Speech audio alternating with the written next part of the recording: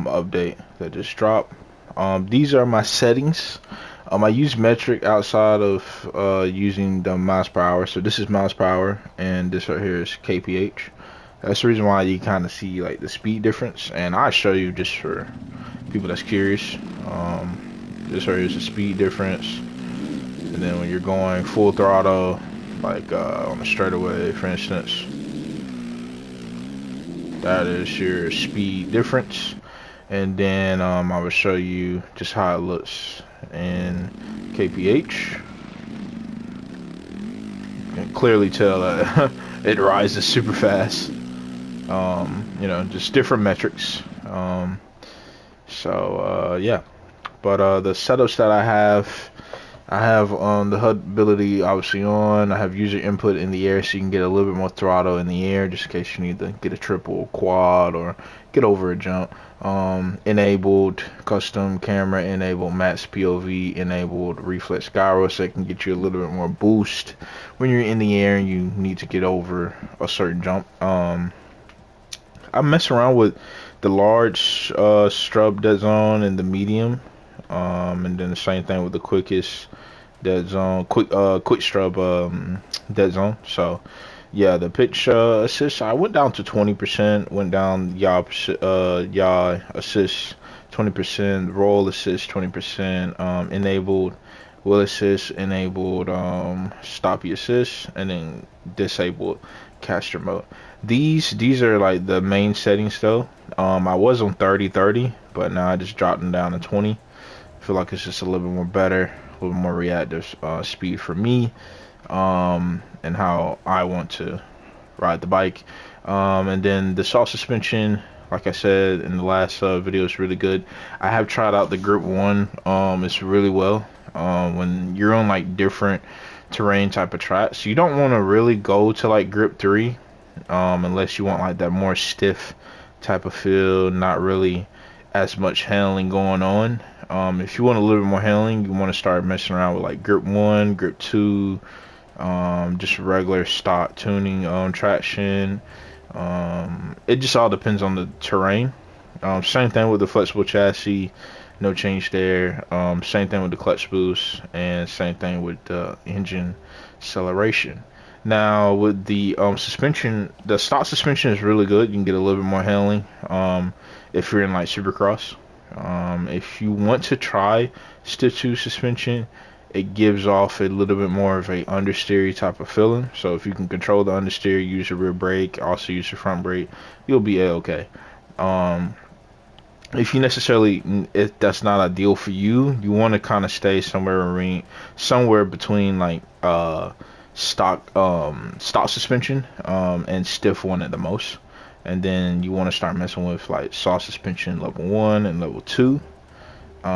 Just for a in-depth type of video for y'all, we'll go to let's see, let's go to one of the roughest tracks in the game. Why not?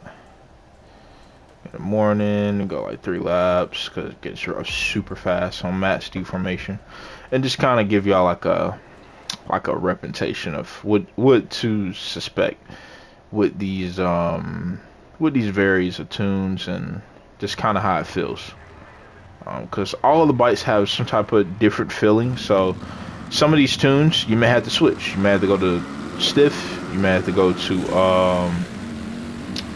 a more traditional where it's just more stock suspension and a little bit more grip, or a little bit less grip. So yeah, it's more off what bike you want to choose. The fastest bike in the game, it's either a toss-up right now, the Triumph that I'm on or the Honda.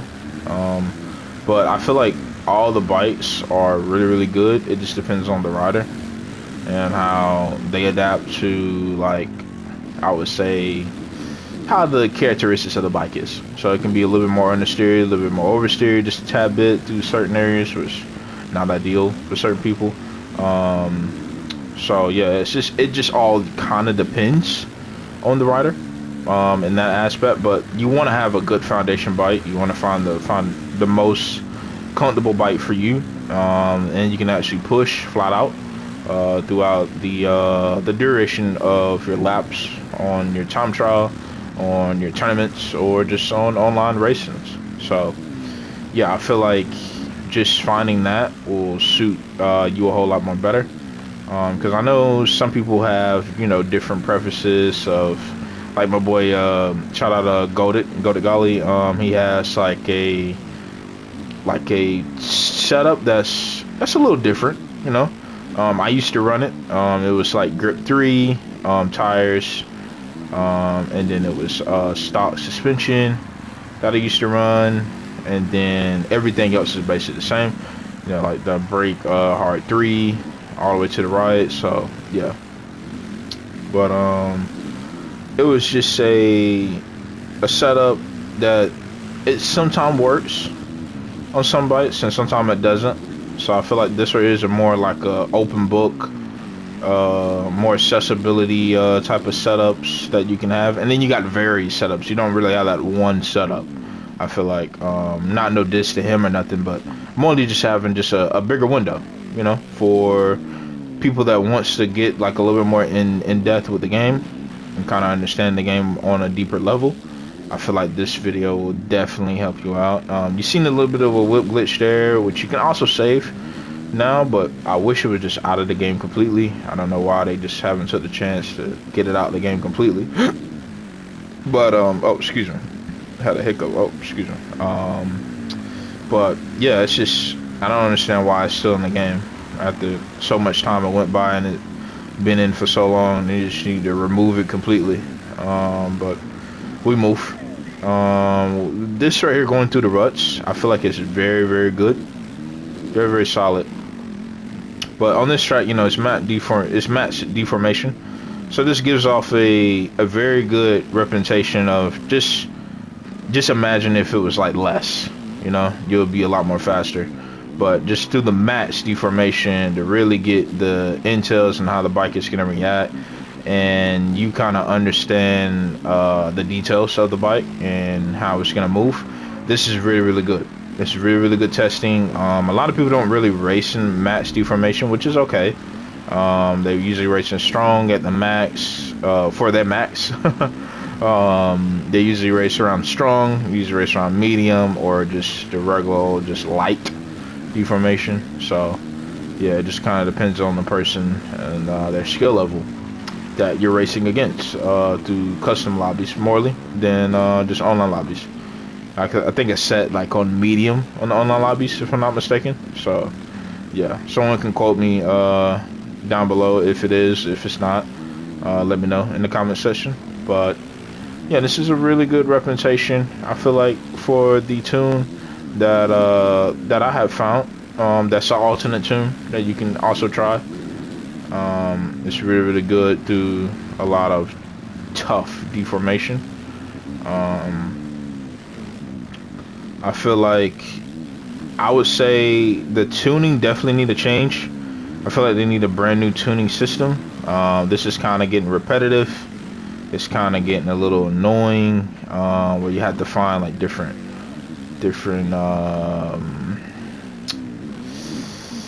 suspension, different tires. It's just starting to just get annoying, you know.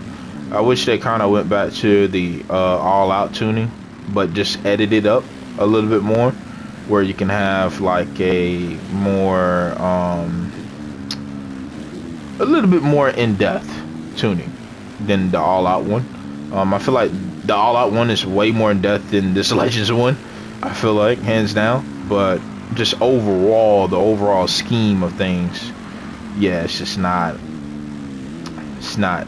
nowhere close to all out.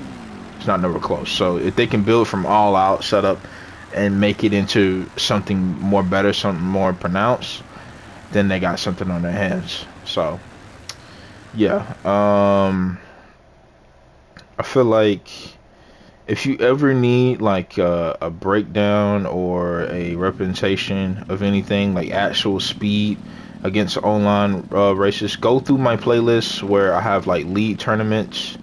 I have time trials in there as well, and just see like how I move and kind of how I react to the bike, and kind of get an understanding, so you can also get an understanding for yourself and you may have a similar riding style to me, so that may help you out even more.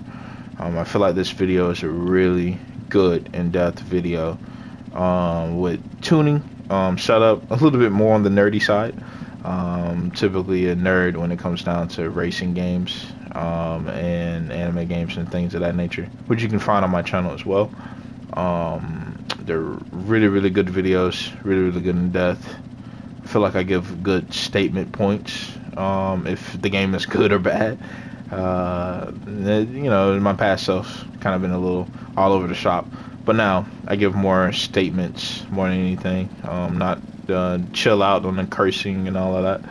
So yeah, I feel like this video is will be helpful for the new racers, even for the intermediate racers, or even for the people that's been racing for a long time and just want a new setup for the update. So yeah, hopefully this right here will help y'all out. If y'all have any questions in the comments below, just comment below. Let me know. So yeah, I will see y'all next time. Bye bye.